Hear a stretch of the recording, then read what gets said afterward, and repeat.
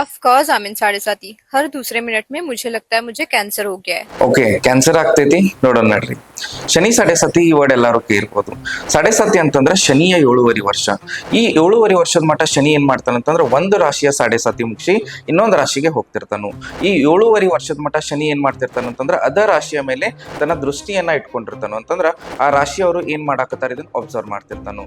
So Shani ಸಾಡೆ ಸತಿ ಅಂತಂದ್ರ 7.5 ವರ್ಷದ ಮಟ್ಟ ಶನಿ ನಿಮ್ಮ ಜೀವನದಲ್ಲಿ ಮಾಡಿರುವಂತ ಕರ್ಮಗಳ ಆಧಾರದಿಂದ ಮತ್ತು ಶನಿಯ ಗೋಚರದಲ್ಲಿರುವಂತಹ ಸ್ಥಿತಿ ಆಧಾರದಿಂದ ನಿಮಗೆ ಫಲಗಳನ್ನ ಕೊಡ್ತಿರ್ತಾನು. ಇದರ ಜೊತೆಗೆ ಶನಿ ಅಂತಂದ್ರೆ ಕರ್ಮಕಾರಕ ಅಂತ ಕರಿತೀವಿ. ಅಂತಂದ್ರೆ ನಿಮ್ಮ ಜೀವನದಲ್ಲಿ ಏನ್ ಕರ್ಮಗಳನ್ನ ಮಾಡ್ತಿರ್ತೀರಿ ಆ ಕರ್ಮಗಳನ್ನ ಸರಿಯಾಗಿ ಮಾಡೋದ್ರಿಂದ ನಿಮ್ಮ ಜೀವನದಲ್ಲಿ ಬರುವಂತಹ ಸಾಡೆ ಸತಿ ಇಫೆಕ್ಟ್ಸ್ ನ ಕಮ್ಮಿ ಮಾಡ್ಬೋದು.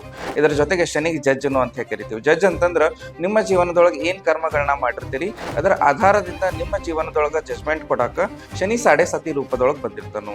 29 ಮಾರ್ಚ್ 2025ರಿಂದ ಶನಿ ಕುಂಭ ರಾಶಿಯಿಂದ ಮೀನ ರಾಶಿಗೆ ಗೋಚರ ಮಾಡಾಕತ್ತಾನು. ಈ ಟೈಮ್ದೊಳಗ ಮಕರ ರಾಶಿಗೆ ಸಾಡೆ ಸತಿ ಎಂಡ್ ಆಗಾಕತೈತಿ ಮತ್ತು ಮೇಷ ರಾಶಿಗೆ ಸಾಡೆ ಸತಿ ಸ್ಟಾರ್ಟ್ ಆಗಾಕತೈತಿ. ಇದರ ಜೊತೆಗೆ ಶನಿ ಯಾವ ರಾಶಿಯಲ್ಲಿ ಗೋಚರ ಮಾಡ್ತಿರ್ತಾನು ಅಂತಂದ್ರೆ ಈಗ ಸದ್ಯಕ್ಕೆ ಶನಿ ಮೀನ ರಾಶಿಯೊಳಗೆ ಗೋಚರ ಮಾಡತ್ತಾನ ಅಂತಂದ್ರೆ ಅದ್ರ ಹಿಂದಿನ ಮತ್ತು ಮುಂದಿನ ರಾಶಿಗೆ ಸಾಡೆ ಸತಿ ನಡೀತಿರ್ತೈತೆ. ಅಂತಂದ್ರ ಕುಂಭ, ಮೀನ ಮತ್ತು ಮೇಷ ರಾಶಿಗೆ ಈಗ ಸಾಡೆ ಸತಿ ನಡೀತಿರ್ತೈತಿ.